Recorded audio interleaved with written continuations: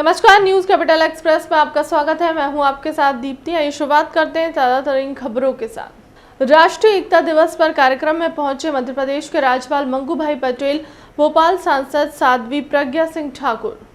हाँ, मुझे इस बात की जानकारी मिली थी कि एम्स के विद्यार्थियों ने स्ट्राइक की है, तो मैं उनके पास जाने वाली हूँ और ये मुझे कल जानकारी मिली और मैं आज जाने वाली हूँ कार्यक्रम के। अभी यहाँ से वहीं जाने वाली हूँ, जानूंगी उनकी क्या समस्या है। और ये सत्य है कि भोपाल का एम्स जिन संकल्पनाओं को लेकर के बनाया गया था उतना अभी सफल नहीं हो पाया है, परंतु मेरा प्रयास है और कमेटी के जो मेंबर्स हैं, मैं चाहती हूं कि वो भी इसमें अपनी अहम भूमिका निभाएं और सभी के साथ न्याय हो, सभी को रोजगार व्यवस्थित मिले, सबकी योग्यता का स्वास्थ्य के लिए, भोपाल के लिए और पूरे प्रदेश के लिए लाभ मिले। और ऐसा मैं चाहती हूं, तो आज मैं वहां जाऊंगी और उनकी बात सुनूंगी, उनके साथ भी न्याय हो। उनकी डिमांड जायज है तो बिल्कुल पूर्ण होना चाहिए। जबलपुर के पुलिस लाइन में रहने वाले आरक्षक शौकत अली की बेटी श्यामा बानो ने अपनी मेहनत और अपने हुनर के दम पर संस्कारधानी जबलपुर का नाम रोशन किया है। आपको बता दें कि 11वीं की हॉकी इंडिया सीनियर महिला चैंपियनशिप जिसका आयोजन झांसी में किया गया था, उसमें जबलपुर शहर की होनहार बेटी श्यामा बानो का सिलेक्शन हुआ था। उस चैंपियनशिप में अपनी विरोधी टीम के खिलाफ जबरदस्त प्रदर्शन करते हुए जबलपुर की इस बेटी ने गोल्ड मेडल पर कब्जा करते हुए अपने हुनर का लोहा मनवाया। नमस्कार, मेरा नाम श्यामा बानो है और मैं अभी सीनियर नेशनल 12 तारीख से जो कैंप लगा था दमोह में, राष्ट्रीय सीनियर नेशनल, उसके कैंप करके सीनियर नेशनल टीम में सेलेक्ट होके गोल्ड मेडल प्राप्त करके वापस अपने घर आज सुबह आई हूँ।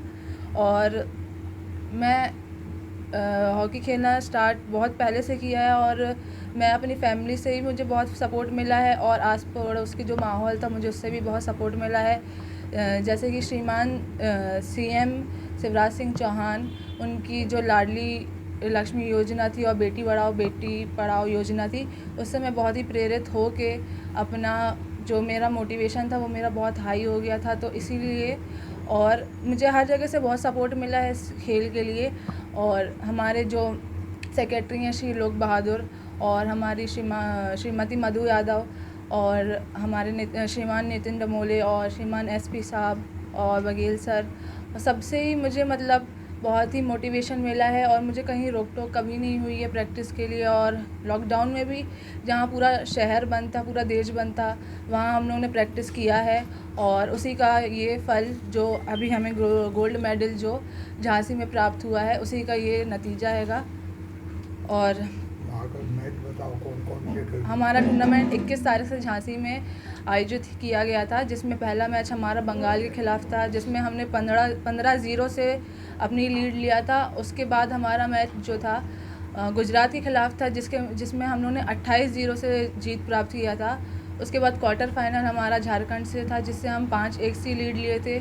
सेमीफाइनल में भी हमने 1-2-1 से लीड लेके महाराष्ट्र को हराया था और फाइनल में हमने हरियाणा को हरा के 1-0 से लीड लिया है और हमें गोल्ड मेडल प्राप्त हुआ है। और आज जो भी ये गोल्ड मेडल, इसका श्रेय पूरा मेरी फैमिली को और आसपास के जो मेरा माहौल है, जितने भी मेरे सपोर्टिंग हैंड्स थे पीछे से, उन सबको ये मैं श्रेय देती हूँ। आप किस टीम से खेली? मध्य प्रदेश हॉकी।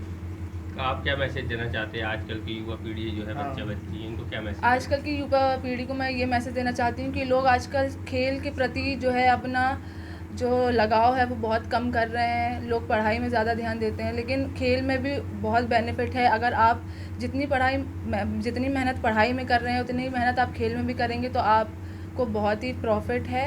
और आजकल लड़कियों को सेल्फ डिफेंस भी होना बहुत ज़रूरी है और उनके जीवन में एक खेल का होना बहुत ज़रूरी है, क्योंकि खेल हमें डिसिप्लिन सिखाता है और हमारे जीवन में बहुत ही लाभदायक रहता है। मध्य प्रदेश के स्थापना दिवस पर कहा, युवा देश का निर्माण करेंगे, लेकिन युवाओं के भविष्य पर ध्यान देना होगा। युवाओं के भविष्य की चुनौती, किसानों की चुनौती देश के सामने है। बेरोजगारों के लिए रोजगार के मौके बढ़ने की जरूरत। मध्य प्रदेश 5 राज्य से घिरा हुआ है। मध्य प्रदेश को नई पहचान देने का संकल्प लेने की जरूरत है। आर्थिक गतिविधि बढ़ाने की जरूरत है। मध्य प्रदेश के स्थापना दिवस पर सबको मिलकर संकल्प लेना है, यह किसी एक पार्टी का विषय नहीं है। कैसे हमारे नौजवान का भविष्य सुरक्षित रहे। आज मध्य प्रदेश की स्थापना दिवस पर हमें याद रखना है कि यही नौजवान हमारे मध्य प्रदेश का निर्माण करेंगे भविष्य। पर अगर इनका भविष्य अंधेरे में रहा तो मध्य प्रदेश कहाँ पहुँचेगा। आज हमारा छोटा व्यापारी, कृषि क्षेत्र की चुनौती, हमारे नौजवानों के भविष्य की चुनौती, नौजवानों की भविष्य की चुनौती तो मैं सबसे बड़ी चुनौती मानता हूँ। और ये तभी संभव है जब रोजगार के और व्यवसाय के नए मौके बनते हैं और ये विश्वास से बनते हैं। निवेश आता है विश्वास से आता है। मध्य प्रदेश हमारे देश का हृदय है। हम 5 प्रदेशों से घिरे हुए हैं, तो मध्य प्रदेश में एक नई पहचान बने। ये आज हमें संकल्प लेना है कि मध्य प्रदेश की पहचान से यहाँ निवेश का अट्रैक्शन हो, हमारा आर्थिक गतिविधि बढ़े, इकोनॉमिक एक्टिविटी कैसे बढ़े, जिससे नौजवानों को रोजगार का मौका मिले। ये आज मैं सोचता हूँ हम सबको संकल्प लेना है। हम सब मिलकर, ये किसी पार्टी की बात नहीं, पर सब मिलकर मध्य प्रदेश के भविष्य को सुरक्षित करते हैं। मध्य प्रदेश केवल विकास की पटरी पर चले, और ये घोषणाओं से नहीं होगा, ये कलाकारी से नहीं होगा, ये होगा एक सोच से, विचार से, योजनाओं से। ये आज हमारा स्वप्न है। मध्य प्रदेश का स्थापना दिवस गौरव का दिन है। 2003 के बाद बीजेपी सरकार ने मध्य प्रदेश का विकास किया, एक नहीं कई मायने में नंबर 1 बनकर उभरा है। पहले बंटाधार के रूप में था। किसानों की मेहनत से भारत में मध्य प्रदेश पहले नंबर पर है। कमलनाथ ने भी स्वीकार किया है कि विकास हुआ है। आत्मनिर्भर मध्य प्रदेश रोड मैप को सीएम ने जमीन पर उतारा। गरीब कल्याण योजना के साथ बीजेपी सरकार आगे बढ़ रही है। ये अच्छी बात है, लेकिन मुझे लगता है कि कांग्रेस के जो हालात हैं उस पर चिंतन करें तो और अच्छी बात है। ये उनका काम है। इसलिए कमलनाथ जी जनता के बीच में कांग्रेस के जो हालात जिस प्रकार के बन रहे हैं, क्योंकि कांग्रेस अब कोई लोकतांत्रिक दल नहीं है, कांग्रेस एक परिवार का दल है। तो देश का जनमानस, देश के नौजवान, राजनीतिक क्षेत्र में काम करने की उत्कंठा रखने वाले लोग ये जानते हैं कि कांग्रेस में कोई लोकतंत्र नहीं है, कि परिवार का संगठन है। तो कहाँ जुड़ेंगे लोग, ये तो लोगों को मंथन करना है, लोग जरूर मंथन करेंगे। अंकुर कुछ कह रहे हैं। जनजाति गौरव दिवस को लेकर आज बैठक है, और क्या जिन लोगों को बुलाया गया उनसे चुनाव का फीडबैक भी लेंगे क्या? देखिए, चुनाव का फीडबैक तो सब ले चुके हैं। ये तो भारतीय जनता पार्टी तो इतना बड़ा संगठनात्मक ढांचे का तंत्र है कि सारी बात तत्काल हो जाती है। हमारी रात को वीडियो कॉन्फ्रेंस में ही सारे लोगों से बात हो गई उसी दिन, फिर उसके बाद हो गई।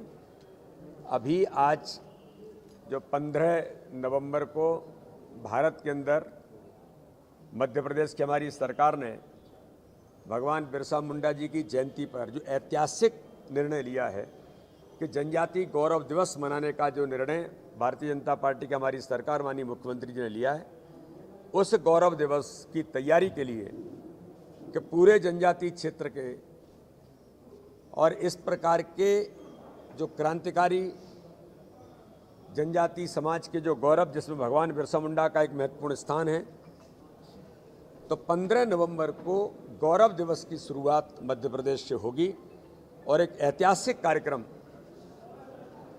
इस दौरान मध्य प्रदेश के अंदर बड़ी संख्या में जनजाति समाज और संपूर्ण लोग, हमारे भारतीय जनता पार्टी का पूरा तंत्र लग करके इसको ऐतिहासिक बनाने का काम करेगा। उसकी तैयारी हम कर रहे हैं। जबलपुर 1 नंबर को मध्य प्रदेश के स्थापना दिवस के अवसर पर एकीकृत शासकीय हाई स्कूल बेलबाग की प्राचार्य ज्योति राव और हम फाउंडेशन की सदस्य मुनमुन भट्टाचार्य के नेतृत्व में प्रभात फेरी का आयोजन किया गया। इसमें स्कूल के समस्त बच्चों द्वारा शासकीय हाई स्कूल बेलबाग से रैली निकलते हुए घामापुर होते हुए अंबेडकर चौक से वापस स्कूल पहुंची, जहां आगामी दीपावली त्यौहार को देखते हुए हम फाउंडेशन की सदस्य मुनमुन भट्टाचार्य द्वारा स्कूल के बच्चों को मिठाई व पटाखे बांटे और दीपावली की शुभकामनाएं दी। हाँ, ये हमारे जिला शिक्षा अधिकारी महोदय के आदेशानुसार आज 1 नवंबर को मध्य प्रदेश स्थापना दिवस हमारे मध्य प्रदेश में मनाया जाता है। इस दिन हमारे मध्य प्रदेश का जन्म हुआ था और इस उपलक्ष्य में हमारे एकीकृत शासकीय हाई स्कूल बेलबाग के छात्र छात्राओं और शिक्षकों के द्वारा प्रभात फेरी का आयोजन किया गया। रैली में हमारे यहाँ 100 बच्चे शामिल हुए और समस्त शिक्षक और शिक्षिकाओं ने अपनी उपस्थिति दी और रैली का आयोजन एकीकृत शासकीय हाई स्कूल बेलबाग से तहसीली चौक अम्बेडकर चौक तहसीली तक किया गया। नाम बताएं। ज्योतिराव प्राचार्य शासकीय हाई स्कूल बेलबाग जबलपुर। आज मध्य प्रदेश की स्टैब्लिश डे है। मैं हाम फाउंडेशन की तरफ से मैडम जो प्राचार्य मैडम है उनकी सहायता से एक रैली में हम लोग पार्ट लिए। इसके अलावा हम लोग इसमें बच्चों के लिए दीपावली के हेतु कुछ सामान भी डिस्ट्रीब्यूट करेंगे, जैसे लाइक क्रैकर्स है, फिर रंगोली कॉम्पिटिशन्स है। मतलब means to say today we are created totally a Diwali environment जो बच्चों के साथ एंजॉय करना है हम लोग की। तो बहुत अच्छी बात है कि ये हम लोग को मौका मिला है बच्चों के साथ जो एंजॉय। मुझे नहीं लगता कि कहीं पर हम लोग फेस्टिवल इतना एंजॉय कर पाएंगे। That's all. अपना नाम बताएं। जी, मैं Munmun Bhattacharya, I am a teacher of BPS and हम फाउंडेशन मेंबर। पटाखों की दुकानों को लेकर भोपाल कलेक्टर अविनाश लवानिया और भोपाल DIG इरशाद वली ने कहा कोई कठिनाई ना हो, ऐसा प्रयास रहेगा। अब पटाखों की दुकान को लेकर भी कोई गाइडलाइंस बनाई है? वो तो स्टेट की जो गाइडलाइंस हैं उस गाइडलाइंस के परिदृश्य में यहाँ पर भी आदेश जारी आज समाप्त हो जाएंगे और लगातार जो टीमें जो हैं जो स्टेट की गाइडलाइन और माननीय कोर्ट के जो गाइडलाइंस हैं उसको लगातार जो है फॉलो कराने का प्रयास कर रहे हैं। आतिशबाजी को लेकर जो दिशा निर्देश हैं वो स्पष्ट हैं कि किसी भी प्रकार के केवल जो ग्रीन पटाखे हैं, जो रिड्यूस्ड एमिशन वाले पटाखे हैं, उन्हीं की अनुमति रहेगी। इसके अलावा किसी प्रकार के पटाखे अनुमति नहीं रहेंगे। इसके लिए हमारे द्वारा लगातार सभी जगह की सैम्पलिंग भी की जाएगी। सैंपल्स के रिजल्ट्स भी हम लोग तत्काल सामने लाएंगे, जिससे यदि कहीं भी जो गाइडलाइंस है उनका उल्लंघन हो रहा होगा तो उस पर कड़ी कार्रवाई की जा सकेगी। अवैध पटाखे बेचे जा रहे हैं कई जगह। देखिए, ऐसा नहीं है। जैसा कि मैंने आपको बताया कि जो लाइसेंसेस जारी हुए हैं, अनुमति जारी हुई है, उसमें शर्त स्पष्ट रूप से सबको बताई गई है कि केवल ग्रीन पटाखे ही बिक्री किए जा सकेंगे। जहाँ भी ऐसी जानकारी हमको मिलेगी या जहाँ भी सैंपल्स फेल करेंगे वहाँ हम लोग कड़ी कार्रवाई करेंगे। सर, मिठाइयों को लेकर खाद्य विभाग द्वारा अभी तक कोई कार्रवाई नहीं की गई है, जबकि ऐसा नहीं है। कार्रवाई जो है खाद्य विभाग द्वारा लगातार हो रही है। हमारी जो सैंपलिंग की टीम्स हैं वो लगातार सैंपल्स दे रही हैं। जहाँ भी सैंपल्स फेल हो रहे हैं वहाँ हम उनके ऊपर कानूनी कार्रवाई भी कर रहे हैं। यहाँ तक कि कुछ ही समय पूर्व एक NSA की कार्रवाई भी भोपाल में मिलावटी खाद्य पदार्थ या पॉइजनस खाद्य पदार्थ के ऊपर की गई है। मंत्रालय के समीप स्थित सरदार वल्लभ भाई पटेल उद्यान में वंदे मातरम का गायन चिकित्सा शिक्षा मंत्री विश्वास कैलाश सारंग हुए शामिल। हर माह के प्रथम दिन होता है सामूहिक वंदे मातरम का गायन।